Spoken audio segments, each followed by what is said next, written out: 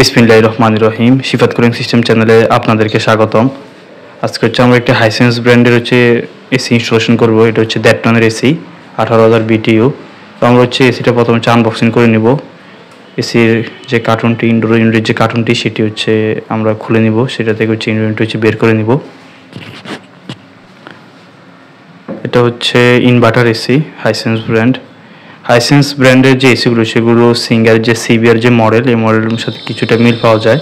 তো এখানে পার্থক্য আমরা যেটা পেয়েছি সেটা হচ্ছে এটা যে কপার পাইপটা সিঙ্গার তুলনায় একটু বেশি। তো আমরা ইনডোর ইউনিটের যে কাভার আউট করার পর যে উপরে যে পলিথিনগুলো, সেগুলো আউট করে নিচ্ছি। এখন সুন্দর একটা মডেল। তো আমরা ইনডোর ইউনিটের মেজারমেন্ট করে নেব। মেজারমেন্ট করে নিয়ে আমরা বেস ফিটটি সর্বপ্রথম সেট আপ করে নেব। ইনডোর ইউনিটটি, তো আমরা ইনডোর ইউনিট এই পর্যায়ে কমিউনিকেশন যে কানেকশন, সেটা আমরা কানেকশন করে নেব। তো এটার ইভাপোরেটর দেখতে পাচ্ছেন, গোল্ডেন ফিন।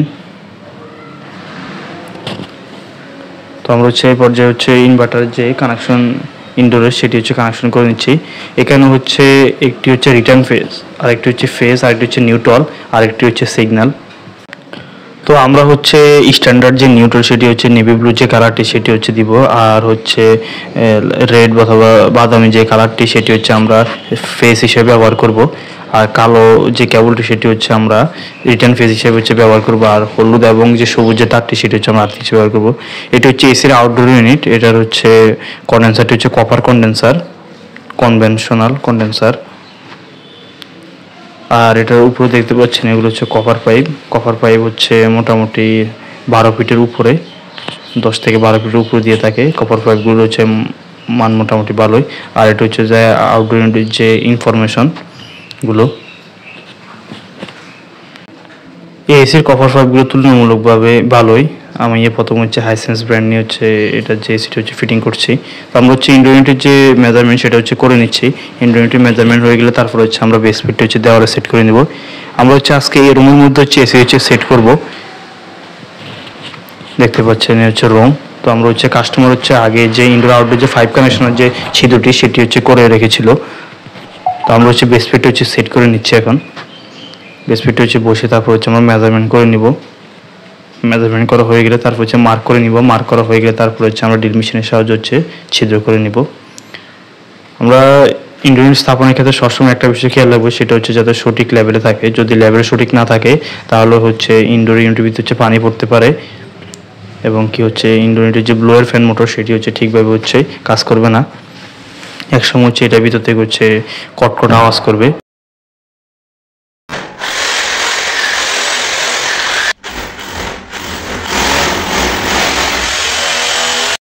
বেস প্লেটটি সেট করা শেষ। বেস প্লেট সেট হয়ে গেলে আমরা ইনডোর ইউনিট সেট করে নিব।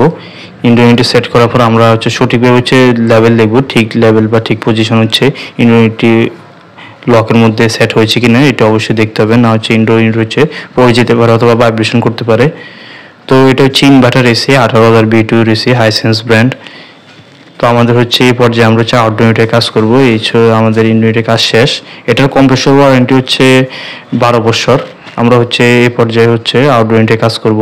দেখতে পাচ্ছেন ইনডোর থেকে যে কপার পাইপগুলো বের হয়েছিল, কাস্টমার পাশের দেওয়াল আউটডোর ইউনিট সেট করবে না, যাতে ভাইব্রেশন বা ভিতরে যাতে কোনো আওয়াজ যাতে না যায়। এই পর্যায়ে আমরা আমাদের স্ট্যান্ড লাগানোর কাজ চলছে। তো আমরা ইনডোর ইউনিট থেকে একটু দূরে আউটডোর যে ইউনিট, সেটি সেট করছি। এখন আমাদের একটি মাটাম বা অ্যাঙ্গেল সেট করা শেষ। আমরা আরেক পাশে যে মাটামটি, সেটি সেট করব। এ যে আউটডোর ইউনিটটি দেখতে পাচ্ছেন আপনারা, এটাতে কপার কন্ডেন্সার ব্যবহার করা হয়েছিল।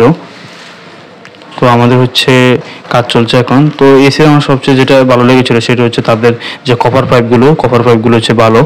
তো আমাদের আউটডোর ইউনিট ফিটিংয়ের কাজ শেষ, কপার পাইপ কানেকশনের কাজ করা শেষ হচ্ছে। তো আমরা এসিটা এখন প্রেসারে, আমরা প্রেসার টেস্ট করে তারপর এটা যে গ্যাস, সেটা আমরা ছাড়বো।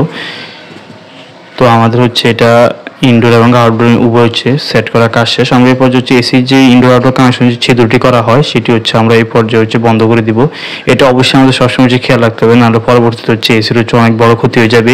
এই ছিদ্র যদি আমরা বন্ধ না করি তাহলে হচ্ছে একসময় হচ্ছে বৃষ্টির পানি অথবা হচ্ছে ইঁদুর হচ্ছে বাসা করে নেবে এবং এসির হচ্ছে অনেক বড় হচ্ছে ক্ষতি করে ফেলবে। তো আমরা হচ্ছে এসি স্থাপনের ক্ষেত্রে এই বিষয়টা অবশ্যই খেয়াল রাখবো। এরপর যে আমরা এসির হচ্ছে পর্যবেক্ষণ করছি এটা ঠিকভাবে হচ্ছে ঠান্ডা পাচ্ছে কিনা। এই ছিল আমাদের আজকের ভিডিও। তো নতুন নতুন ভিডিও পাওয়ার জন্য আপনি আমাদের চ্যানেলটি সাবস্ক্রাইব করে রাখুন। চ্যানেলটি যদি সাবস্ক্রাইব করে থাকেন তাহলে অসংখ্য ধন্যবাদ। এসির আরামদায়ক তাপমাত্রা হচ্ছে 24 থেকে 26। এটা হচ্ছে এসির আরামদায়ক তাপমাত্রা। আর মাসে অন্তত 2বার আমরা হচ্ছে এসির যে এয়ার ফিল্টারগুলো সেগুলো হচ্ছে আমরা পরিষ্কার রাখবো।